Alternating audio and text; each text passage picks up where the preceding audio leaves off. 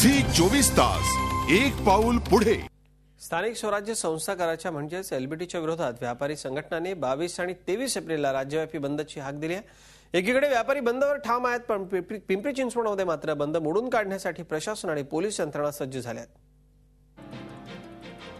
छोट्या किरकोळ व्यापाऱ्यांना एलबीटीतून वगळावं, तसंच व्यापाऱ्यांच्या ज्या मागण्या मान्य झाल्या आहेत त्याचा अध्यादेश लवकरात लवकर काढावा, या मागणीसाठी व्यापारी संघटनांनी 22 आणि 23 एप्रिलला राज्यव्यापी बंद पुकारलाय। 7 मे पर्यंत सरकारी अध्यादेश निघाला नाही तर 8 मे पासून बेमुदत संपाची घोषणा व्यापारी संघटनांनी केली आहे। पण हा संप मोडून काढण्यासाठी पालिका प्रशासन आणि पोलीस यंत्रणा सज्ज झाल्यात। पालिका प्रशासनानं शहरातील मॉल धारकांची चर्चा करत बंद दरम्यान सुरक्षेची हमी देत मॉल सुरू ठेवण्याचं आवाहन केलंय।